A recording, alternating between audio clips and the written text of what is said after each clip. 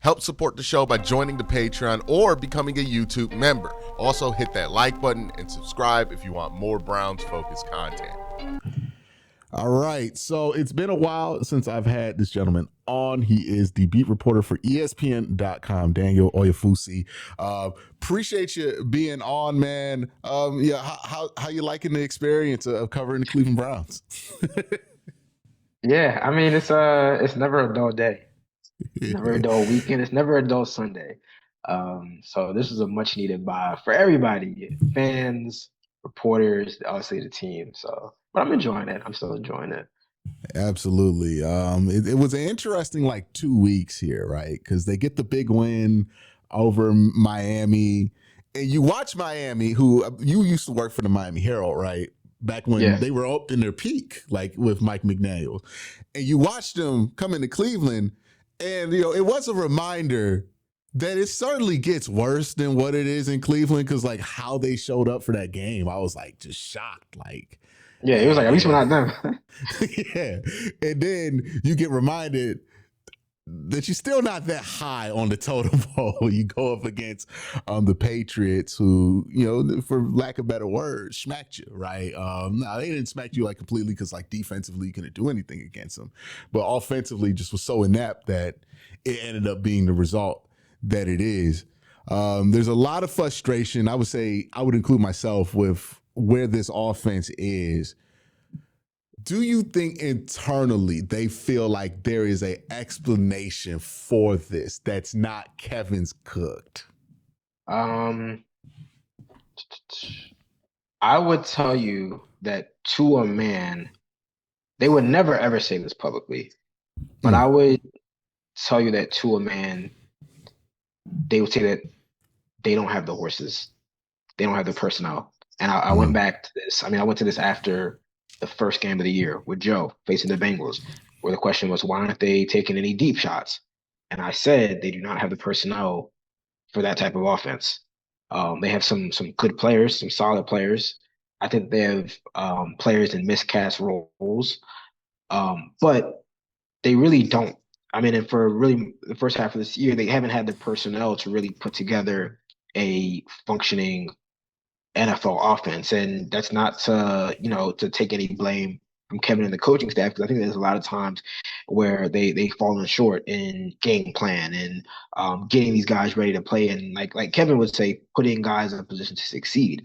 But when you just start with the offensive line situation and them using 5 different offensive tackles this season, having a bottom 10 offensive tackle situation in terms of pass protection,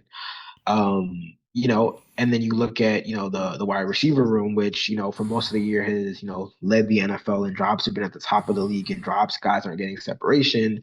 Again, I think it says a lot about the state of your wide receiver room when for much of this season, your number 2 receiver has been a guy in Isaiah Bond, who was talented, was expected to get drafted before his legal situation. He's been your number 2 receiver for most of the year, and he wasn't in the building 3 months ago or so. He was not in the building 2 months ago. So for that, and then obviously the quarterback situation speaks for itself. I mean, I think we've seen that it wasn't necessarily Joe's fault. Joe wasn't necessarily, a problem solver in all this, but we see that, as Kevin said, it really wasn't just his fault. And then with Dylan being in there, it's a tough hand that he's being dealt, because he's a rookie quarterback who, being taken with a top 100 pick, he has the expectation that at least internally, that he can develop into a potential starting caliber quarterback. And I think you're seeing some of the kind of warts and some of the things that people express concerns about. And really, for me, the thing with Dylan is it's so hard to evaluate him right now, because everything around him isn't really consistent. But at the same time, you haven't really seen much of what the Browns had talked him up to be. And you wonder, what is the ceiling? Through 4 games, I haven't seen improvement. I don't think anybody would say they've seen significant improvement from him. For a month, they've said the most they could praise him about was the fact that he took care of the ball. And really, that was a bit of fool's gold, and it kind of caught up to him against the Patriots. But to a man, I think personnel wise, I think that, if Kevin has an average, above average caliber quarterback and the personnel to match, I think he can scheme up a decent offense. But yeah, I think that personnel wise, like this wasn't an offense that I entered the season thinking that they'd be, a top 10 offense, or really a top 15 offense. I thought with Joe being there, I thought he'd be longer, stay longer than he did. Nobody expected him to get traded. I thought that maybe he could be, run a serviceable offense. But really, like the bottom is let out in this Yeah. offense in a major way.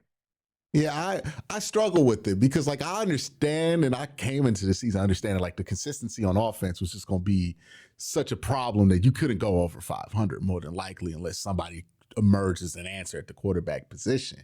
But I didn't think they would be this bad, right? Like I do think there is like a gap there between okay, the offense is what it is, they're lacking some talent. They need to spend some resources in the offseason to kind of replenish it to what we've seen on Sundays that I don't know if like not having the horses like completely addresses it, you know? And I wonder how they feel about like if they feel like that is even a thing or if they're just like, nah, we thought we were going to be 32 because like I didn't think they would be 32. No, I don't know. no. Yeah. I mean, there's no way. Even I was gonna say, even to a man, you say, okay, well, at least like we've got enough here with the Yeah. coaching and whatnot to exact. And again, like I thought the offense would be functional, Mm-hmm. and the run game has hit a couple times with Quincy and some matchups they've been able to hit, but like just the lack of a downfield passing game, like the fact that they can't even push the ball downfield, like. I'm like baffled at times by like how much their passing game is like played in a phone box, for phone booth, so to speak, where it's just like everything is 5 yards, 8 yards down. Like it's like rarely ever past the sticks. It's almost baffling that like a passing offense in the year 2025 could be just that gun shy, even though like Tom Reese was like, I don't think Dylan's gun shy, but I'm like, the entire passing offense is played within, 10-yard increments, it feels like. And that's Yeah. that's that's being nice. Yeah, and then like it's also like the lack of vertical stretch is one thing, but like even how they align, right? Like they're so condensed every Yes. set, right? They'll motion and be wide and then come back into it. Like the defense doesn't know that like 90% of the stuff comes out of it. And it's like it makes the field so small for everybody on the defense for a team that wants to throw all this quick stuff. And it's like usually you want to do the quick stuff. You want to Being spread spread guys out. Yeah, out you and want you to need to got put get that guys in spacing. space. Yeah. So it's like that's what's fascinating to me is that they can't get intermediate and deep chunks in a system that's supposed to be prioritized. Like, that's part of the reason that they're so condensed. It's also to help the run game, which Yeah. has been its own problem there. But it's like it's there are things that they're doing in the specific ways that they're failing where I'm like, this goes beyond like being There, bad, you know? no, there are a lot of times where I watch them and the execution just isn't there. And that's why like I've asked guys like is what you're doing during the week giving you confidence? Because Mm-hmm. I even looked to like the first play of the Patriots game where they try to run like a little slip screen or whatever it is, and like it just looks like the spacing is off. Like Mm-hmm. Quinshon kind of gets too, or he's either too high or Joel is too far down behind the line of scrimmage, and they kind of like just kind of let the defender kind of run into Quinshon. It's like little stuff like that where it's just like the spacing is just so off, and it's just like the execution of it almost lends me to ask like during the week is like what you're doing even like lending confidence um into the game. But yeah, I mean, entering this year, entering the season, like I thought this was a bottom 10 personnel group, Mm-hmm. running backs and pass catchers, you know? So like I didn't have great expectations for this offense, but I really did think that especially with Flacco being there, I thought they'd be a lot more, way more functional than it has. I thought that they'd be way more consistent on a game to game basis. And again, like I thought there was definitely a higher ceiling that I thought they could reach with Joe in there as opposed to the quarterbacks that they had last year. But for whatever reason, it hasn't worked. We're now on Dylan. I posted a tweet yesterday, and the stats and the numbers and the metrics are literally identical from 4 starts with Yes. Joe to 4 starts with Dylan. The only difference is Dylan isn't turning the ball over as much. But it's like they're not even converting down, so it really doesn't matter. You're giving the ball Mhm. back to the defense either way. Um, so I don't know. I mean, I guess we're gonna do this. We're just gonna go down the line, and Jordan's up next whenever he might be next, and they'll see if he can change anything. And maybe Deshaun Watson comes back, and then we might see if he can do anything. I don't know. It's like uh, I thought it was kind of interesting. Like Kevin was asked, like all year, you've been saying we got to put guys in position to succeed. That hasn't happened for 8 games. What leads you to believe that it's going to happen? At all the next 9 games. Yeah, and I think you brought up something where like guys are playing out of position. Like I think Isaiah Bond's the biggest one where he's like kind of step up for like Cedric Tillman's absence in the Yeah, offense, and he's trying to do all the Cedric Tillman stuff. And this and sometimes he should. includes, I think there was a play where he had to block on the boundary for a David Njoku screen, right? Yeah, And and it's like he just got pushed all the way back, and he just blew that play up. And it's like, I mean, that was just very interesting that they. And again, like they said, he was a fast learner and everything, but I thought that was very, very interesting that they threw so much on his plate and they gave him that role so quickly. I thought that he could have been like a really good field spacer, like a deep threat, run some for the love of the game routes early on, and then you like scheme touches for him. And now he's like running these like precise routes that really like haven't really wasn't his game entering in college and entering the NFL. Like that wasn't really what he was supposed to be doing. He's supposed to be a guy that you scheme touches on those drag Mhm. routes, on those screens, on those slants, and you just put him in space. And now like again, that's why I say that guys are in miscast roles. Um, but yeah, I mean, but when the offense has struggled for as long as it has, dating back to even last year, it does beg the question like, at one point, does it fall on Kevin's shoulders and whatever his system, his scheme, and whatever he's doing to get guys ready to play? Because Mhm. outside of the Ravens game when they upset them last year, and maybe like the Saints and the Broncos game from last year, like this offense has looked absolutely the same for the past 2 years. Yeah, I I have two big questions with Kevin, right? Like I think a lot of Browns fans ought to ask is like one, is he too rigid to the system to where like the play we just talked about is a great example of it. You have David Njoku running a screen and Isaiah on blocking for him. Yeah, Why not flip those two parts? Like it might make some sense to like flip those two parts if you can, right? Um, yeah, and it's like sometimes I wonder, like, are we even utilizing these guys properly? The second thing I think I wonder with Kevin is like we talk about the impact of the Deshaun Watson trade, and I wonder how much that trade's failure has had an effect on him because since it's been obvious that that trade is just not going to work, he's been a different guy. Right? Like there was some hope that that was going to work in 2023 when Deshaun had that shoulder injury. And, you still saw a lot of what brought you to the table with Kevin Stefanski, right? Some efficient offense, some creativity there.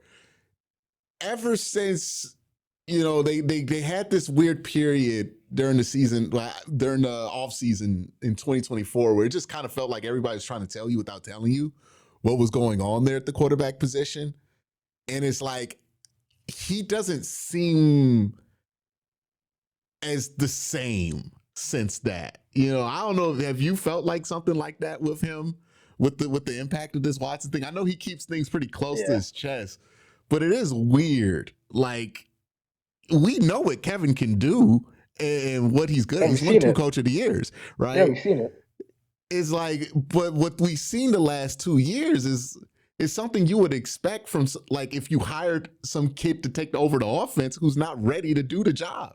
It's two-time coach of the year. Like, Yeah, that's why it's just hard to square things and kind of like it's almost like cognitive dissonance when looking at Kevin because it's just like we've seen, obviously like it's only my second year covering the team, but covering the Ravens, being in the AFC North, covering the AFC North. Like I've watched a lot of Browns games, and it's like you've seen like what I mean I don't say at its peak, but you've seen at its best like what Kevin can do, and then it's like, all right, well, like you have this two-time coach of the year who can scheme an offense, and then to see like the regression of it. And again, like it's like I feel like Kevin has it. Like I feel like he has it in him. Like it's like he didn't lose the ability to like understand offense or whatever. Like even the opening drive, like I liked a lot of the stuff that they did. Like where they again they were getting guys touched in space. Like I like the the jet sweep to Malachi Mhm. Corley. I like that. I like the play action pass to Harold Fannin, coming out of the fullback line. Like, I like stuff like that. But it's just like I don't know. Sometimes I wonder, like, I don't know. I just wonder, like, has it gone stale? Like, I do wonder. I do wonder because Mhm. then you look all across the NFL, and then you see all types of innovation. You see creativity. You see like a real game plan. Like, I always go back to like what really opened my eyes for whatever reason, or I know why. But was this that London game? And the Vikings had a backup quarterback in Carson Wentz. They had three starting offensive linemen out for the game, and that was a clinic Mhm. in terms of game planning for a specific opponent, the execution, and everybody just seeming like all on one point, all aligned. I mean, it wasn't perfect, but they had answers consistently. And it's like, I don't see that. I don't see them stressing the defense in any way. I don't see them having answers for what the defense is doing. And like, really, I don't see the defense is doing anything really particularly complex with the Browns offense. Mhm. It's, we're gonna put 7-8 in the box. We're gonna, play man coverage on you because we don't have faith that your receivers are gonna cover. And we know that, if we don't make a mistake, if we don't make a play, like, you guys aren't gonna make a play. You guys are gonna make a mistake at some point. I don't see anything like, I don't see like teams are throwing these complex looks at the Browns week in and week out, and they're just Dylan and Joe's just getting before. Like, I don't see that. I don't see that it's just like a real like game plan thing where he's just getting outsmarted, especially like on the Mm. on the defense side of the ball with teams facing the Browns. Like, I really don't see that.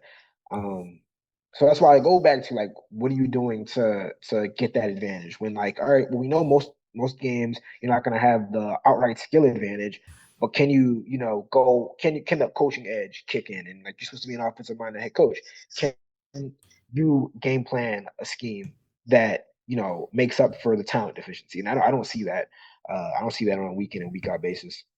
Yeah, I think the thing that's most damning to me when I watch this offense is just how little motion our motion has. Like when the Browns move somebody in motion, nobody's afraid of what we're about to Nobody's run off confused. of Like, it. nobody's confused. Yeah. Nobody's scrambling. It's just like, all right, like, and like earlier in the year they were kind of doing the jet motion with Isaiah Bond, but I'm like, all right, like, I look at that and I'm like, okay, like, well, how about you like give him that jet sweep that you gave Malachi Corley?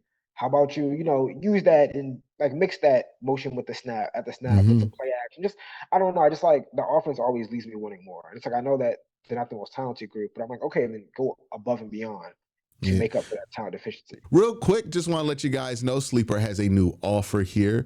They're offering a free $20 entry, no deposit required. And also, if you're a first time user, you also will receive a 100% match on up to $100 when you use the promo code Worst Take. Again, $20 free, no deposit required. Plus, first time users also receive a 100% deposit match up to $100. Join Sleeper.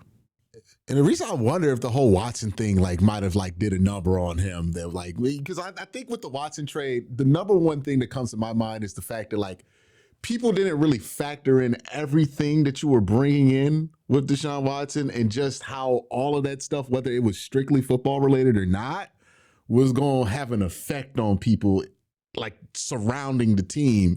And I think that was greatly underestimated. And I just, whenever it comes to anything Watson related, I always think about that. Because I remember Kevin had this game versus the Seattle Seahawks. It was 2023. They were starting PJ Walker at quarterback. And every quarterback they got right now is better than PJ Walker. No disrespect to PJ, but that's just what it is, right? PJ's playing in Canada. He's a backup quarterback right now in Canada. So they had PJ Walker, and then Kevin was just calling this game that had them in it in the fourth quarter. I mean, it took a PJ Walker interception to lose the game basically on the last drive. And I was like, that's why he's here. And because like even when you don't have the talent, you don't have the horses, he's making these guys look as good as they possibly can.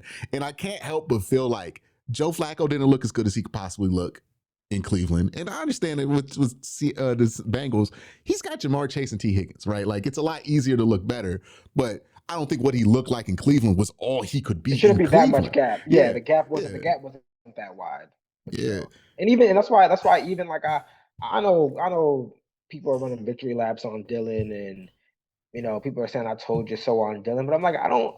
We've seen better from Dylan. Like I've seen better from Dylan in the preseason. Obviously, that's preseason, but I'm like, I don't think I don't think the way that Dylan has struggled or as bad as he looked is indicative of his ceiling. Like I don't think that that's his ceiling. I think that there is a better player in there, but for whatever reason, this offense we're not seeing that out of these quarterbacks. We're not seeing it out of all these players. Like Jerry has had his struggles, but like Jerry is not a player that by any means should be going to game with zero target or two targets, zero catches, and you can't even just like get him the ball. Like that's your number one playmaker.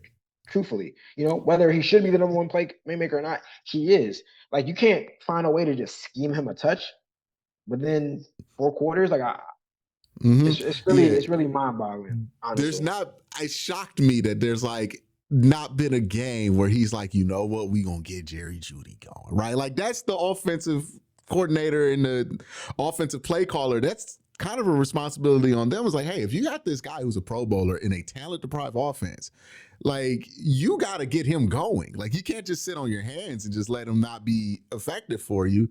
And it's like you haven't had the one game where you just decided, because I've seen this with Kevin before, where he's like, no, we're going to get David the ball. We're going to throw him like 7 targets in the first quarter. We're going to get him going. I think that was the Jets game, right, where they clinched the playoffs, where they were just like hell bent on getting David Njoku going. And it's like they're not doing that. Like it feels like they're not as engaged as they've been in past years. Because some of this stuff isn't like I'm asking you to be a genius and figure out a bunch of stuff. Some of this just feels like I'm just asking you to be engaged, man.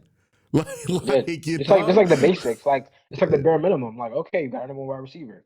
Like just get him a touch. Like I don't know.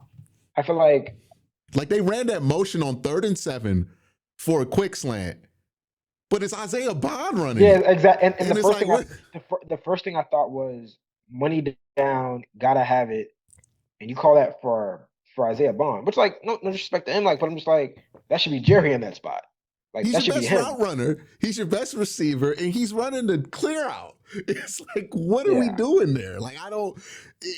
It feels like maybe there's something going on where like disciplining some guys and we don't know about it. But that's the number one disconnect to me is like, I can't like. I want so badly as a lifelong Browns fan to not have to talk about new head coaches and new quarterbacks and new GMs every year. So like I don't come to this conversation lightly, but I just look at it, I'm like, man, like are you forcing everybody's hand? Like, yeah. yeah, it's Like like stuff like that is at just what point is enough enough? yeah, stuff like that is like if you were a player and you had this level of engagement, we would ask if he's trying to get traded. You know? Like that's what it kind of feels like sometimes watching. And it's even worse knowing that he's been better than this, right? So I mean, it's like, we saw it a year ago. I mean, we saw it the first half of last year when Kevin was calling the plays that they couldn't get Jerry the ball consistently. mm-hmm, And then they made a play call change. Obviously, they made a quarterback change, which I still think that like the quarterback change played more of a role in Jerry's breakout than the actual play call change. But I do know that like that they definitely did prioritize getting Jerry the ball more mm-hmm. after that play call change. So it's yeah, like it does beg the question, like okay, like what is going on? And again, that's why I say like there's like it's like cognitive dissonance with Kevin because you're like it's like I know you're better than this, but like why am I not seeing better than this? Like I know like you can put forth an offense that is a little more productive than this. Like I know you can put on an offense that can average 20 a game instead of being able to not even claw past 17. Like it's really a head scratching that an offensive minded head coach, and one that we've seen have the success that he's had, has struggled this much the past couple of years. Yeah, last question I'll ask about Kevin in this situation overall is this. What do you let's like I think we're inching towards a world where you got to consider letting him go right at the end of the season. We'll see if he's safe or not, because everything that they've indicated seems like he's not really under the fire right now.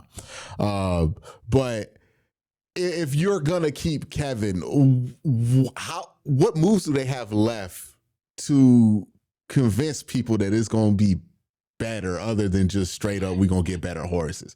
Because it can't be we're gonna fire Uh, another offensive coordinator, right? I mean, I would say, I would say, I mean, if they don't make a play caller change, then it's gonna be interesting to see because I don't know how much will come about a play caller change going to Tommy Reese.